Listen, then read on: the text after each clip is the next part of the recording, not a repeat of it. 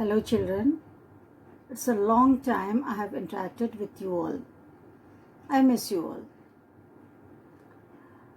Children, I have been giving notes through WhatsApp. I have been sending you the PDFs.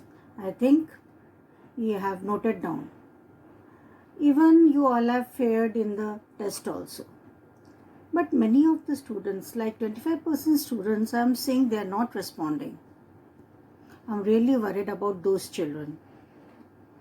Those who are doing it's okay. But I would like that all the students should participate. Children, I have thought of interacting with you all through video. I have sent you the notes on atoms and molecules. I think you have noted it. I'll be sending you short videos on these topics. Okay. If you find it beneficial, please let me know so that I can prepare myself for next topic. Dear children, today we'll talk about atoms. Okay. And the concept of atom is not a very new one. Many Greek philosophers and Indian philosophers have taught about it. Some in 500 BC, an Indian philosopher, he said that matter can be divided. Okay. And the end product, if you go on dividing the matter, then there will come a time during which you cannot divide it further. Okay. And he named it as Parmanu. It is the smallest particle of the matter. Even a Greek philosopher, he also supported that. And he called it atoms. This is how the name atom was introduced. But children, they could not explain about it. It was just a philosophy. Even they had talked about elements and compounds. Okay. They said similar type of atoms make elements. And many elements, that is more than 2 elements, they combine to form compounds. But they could not give any scientific reason behind that. Later on, it was proposed by Dalton that atoms are the indivisible particle of matter. Dalton supported it and had given the scientific reason behind it. Okay, he had given a particular explanation regarding atoms. This theory of atoms is basically supported by 2 laws. Okay, one is the law of conservation of mass. Let's study the law of conservation of mass and law of constant proportion. Constant proportion. These 2 laws are laws of chemical combination. Laws of chemical combination. Okay. Now let's learn about law of conservation of mass and law of constant proportion. And this was proposed by Lavoisier. He had given an experimental verification to this. Children, you know that science is just not an explanation. It needs some experimental background. Okay. To describe about law of conservation, he said that he proposed an experiment, and he said that in a chemical reaction,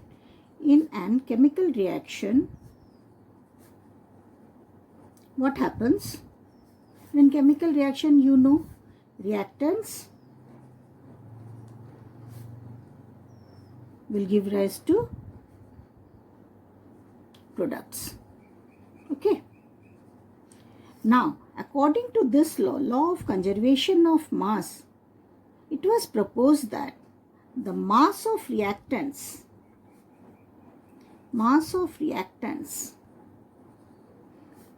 is always equal to the mass of products formed in an chemical reaction. Lavoisier and Joseph,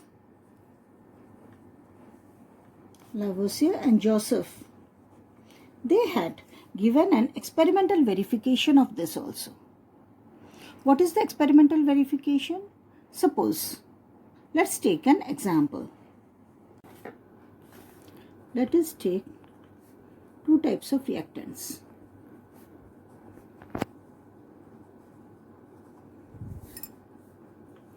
X and Y. Okay. In X we take 1.2 grams of copper sulfate. And in Y we take 1.43 grams of sodium carbonate.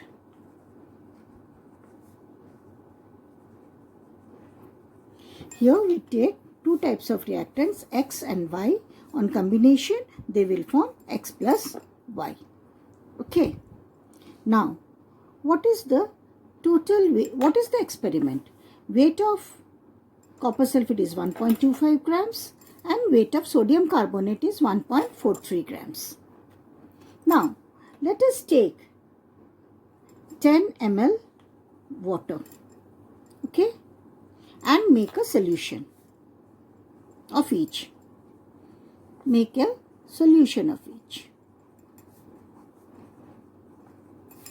In 10 ml of water,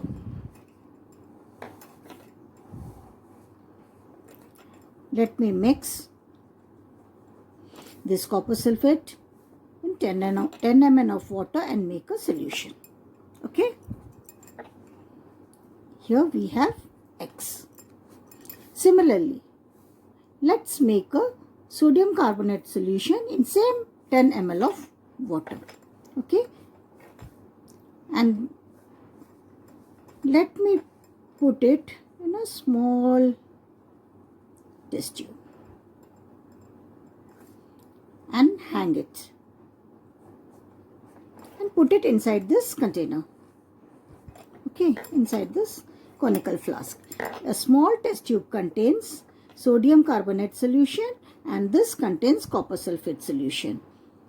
And we have made the solution with 10 ml of water. Now let's close this with a cork. The mouth of this container is closed with a cork. Now let's weigh it. Weigh it. On weighing, taking the mass of it, we keep a record of this. Keep a record of this total weight. Okay. Then what happens? In the second case, just tilt it so that all the solution gets mixed with this. The solution of sodium carbonate gets mixed with the solution of copper sulfate. Then the reaction starts. It becomes a chemical reaction. This is a reactant, this is a reactant, this is reactant X and this is reactant Y. When this reactant X mixes with reactant Y, then what happens? We get a product. Okay. Now, when I tilt this, they mix up.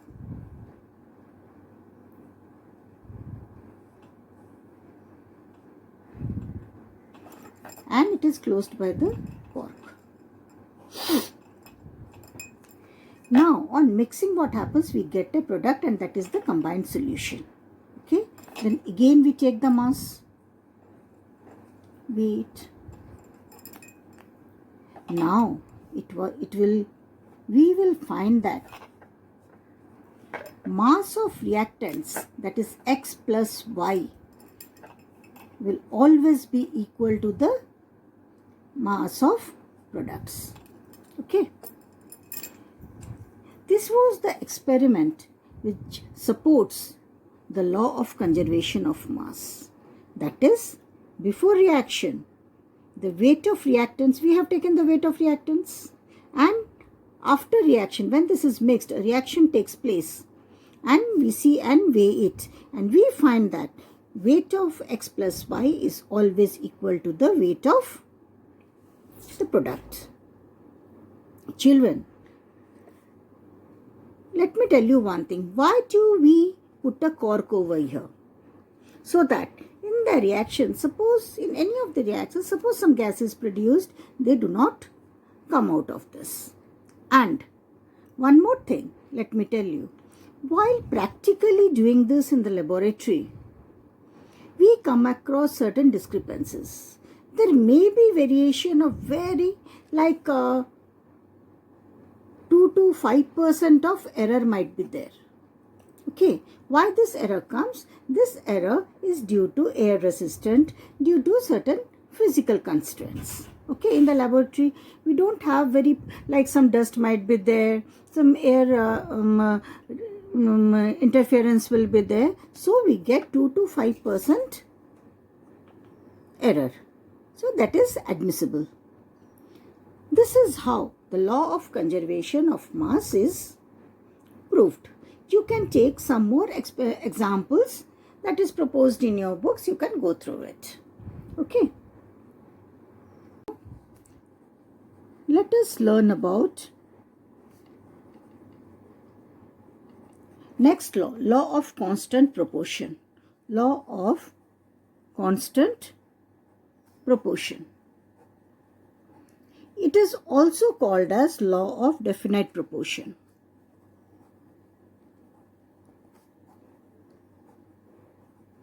Okay. What does this law propose? Children, we know that compounds are formed by combination of two or more compounds are formed by combination of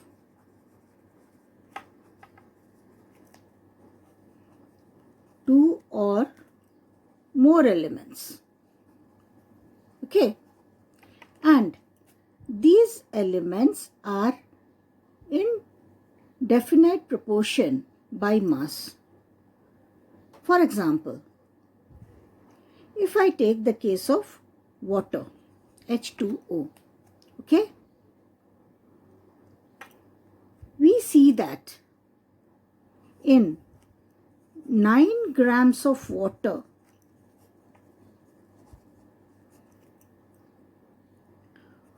1 gram of hydrogen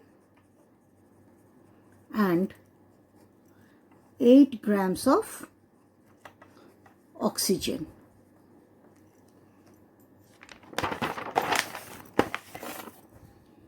In water, hydrogen and oxygen are present in the ratio 1:8 by mass. Okay, that is, in 9 grams of water we have 1 gram of hydrogen and 8 grams of oxygen. These things were proposed when actually the atomic mass was not talked of. They had not known about the atomic mass. Everything was done on basis of experiments. And it was seen that in water, 1:8 combination is in any water from any bodies. Like if you take the water from tap water, if you take water from sea, if you take water from ponds, if you take water from RO, everywhere water has the combination of hydrogen and oxygen in the ratio 1:8 by mass. Similarly, it was all, they had done many other experiments, suppose in carbon monoxide. CO is carbon monoxide. In this carbon monoxide, on experimental basis, they found that 3 grams of carbon combined with 4 grams of oxygen. Everywhere carbon monoxide has the same combination. Similarly, in NH4Cl, that is ammonium chloride, okay, it may be in HCl. In all these compounds, it was found that the elements which combine to form the compound are in particular ratio. Okay, this is how they experimentally proved the law of definite proportion. According to this law of definite proportion, in a chemical substance,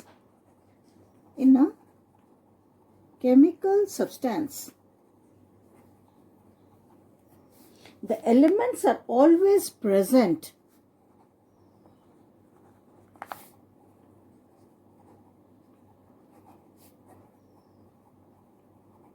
in definite proportion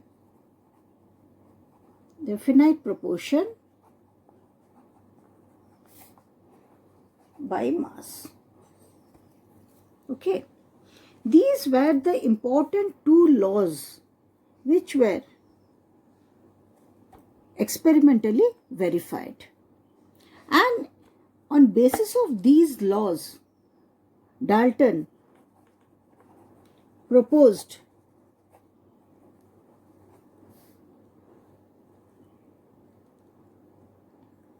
his atomic theory. According to Dalton's atomic theory, the matter is made up of very tiny particles called atoms. Okay. Number 1, matter is made up of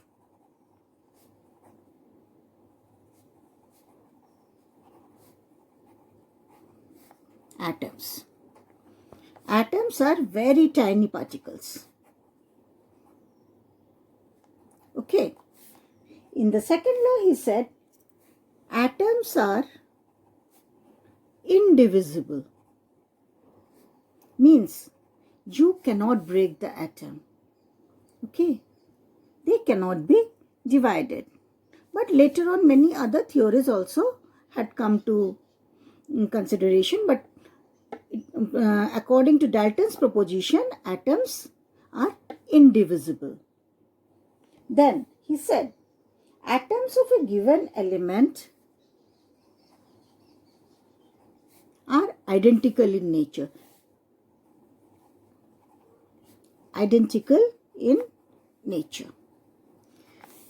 For example, let me talk about oxygen.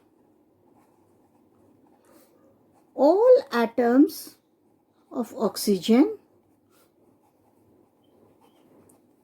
are of similar kind. If we take the case of carbon, all atoms of carbon are similar, but atoms of carbon and oxygen are not similar. Okay. Now, according to his 4th law, he proposed that all atoms of one type of element have similar mass, whereas they differ when the elements are different. For example, atoms of nitrogen have similar mass as well as similar chemical properties. Okay. But it may not be equal to the atom of carbon. Okay. So, one type of element, they have similar atoms with similar mass and similar chemical properties. Okay.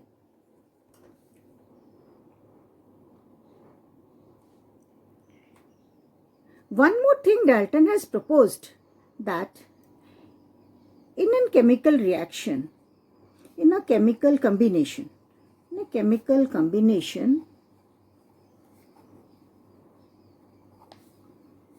atoms of the elements combine in definite, in a chemical combination, atoms of the element combine in definite proportion. That is, in a particular ratio. Okay, particular ratio, and that too in whole numbers. Whole numbers. Example, H2O. Okay, here H2O, hydrogen and oxygen. It is in the ratio 1:8. Suppose carbon monoxide. Okay, it is in the ratio 3:4. We never find any combination like, do you ever find 2.5 or 3.2? No, we never find this type of combination. The ratio is always in whole numbers. In a chemical combination, they combine in a ratio, and that too in whole numbers. Okay. Let us discuss the in-text questions. Okay, in page number 32.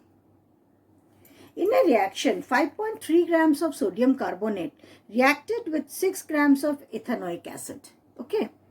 The products were 2.2 grams of carbon dioxide, 0.9 grams of water, and 8.2 grams of sodium ethanoate. Show that these are in agreement with the law of conservation of mass.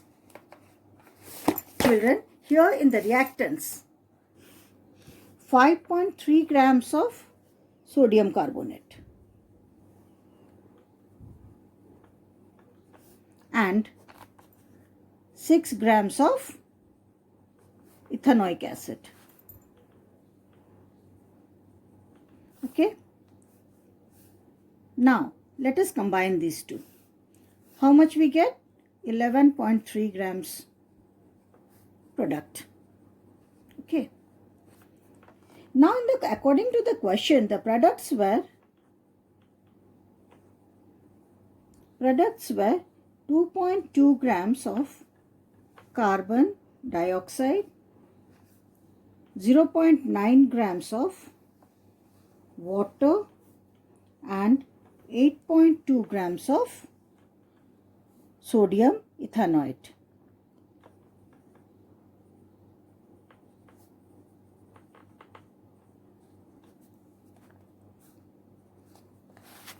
Now let's add it up. We are getting 11.3 here. In the first case also, in the reactants we had 11.3 grams and the product we had 11.3 grams. Then what do you say? Yes, it is in agreement with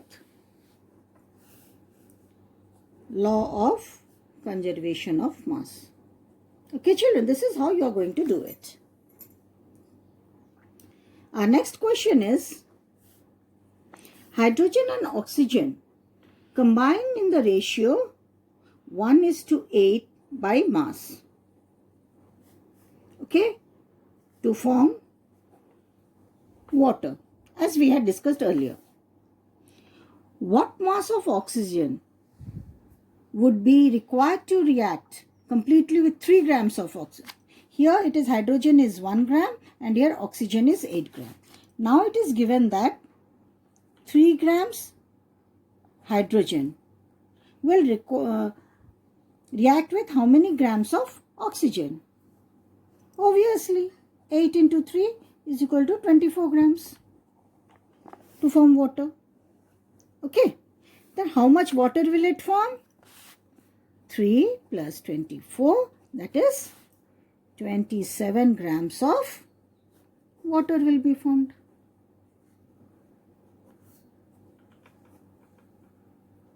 I hope you get my point, children. In water there is combination, they are in the ratio 1:8. Okay, when 1 gram of hydrogen, it combines with 8 grams of oxygen to form water. If you have hydrogen 3 grams, by unitary method you will have 8 into 3, that is 24 grams of oxygen. To form how many grams of water? 3 plus 24, that is 27 grams of water will be formed. Question number 3. Which postulate of Dalton's atomic theory is the result of law of conservation of mass? In Dalton's atomic theory, it's given that atoms are indivisible particles which cannot be created or destroyed in a chemical reaction. Okay. Atoms are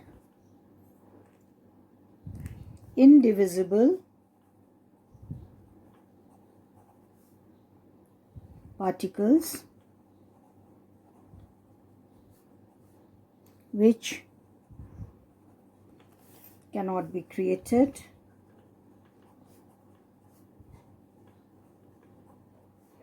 or destroyed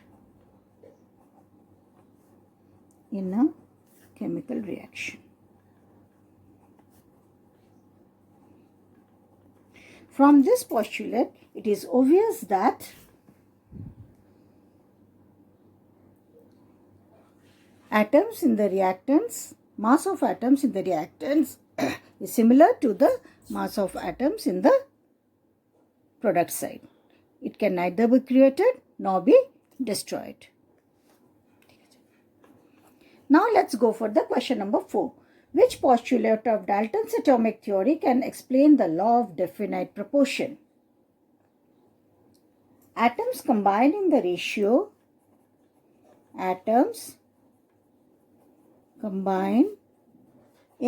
ratio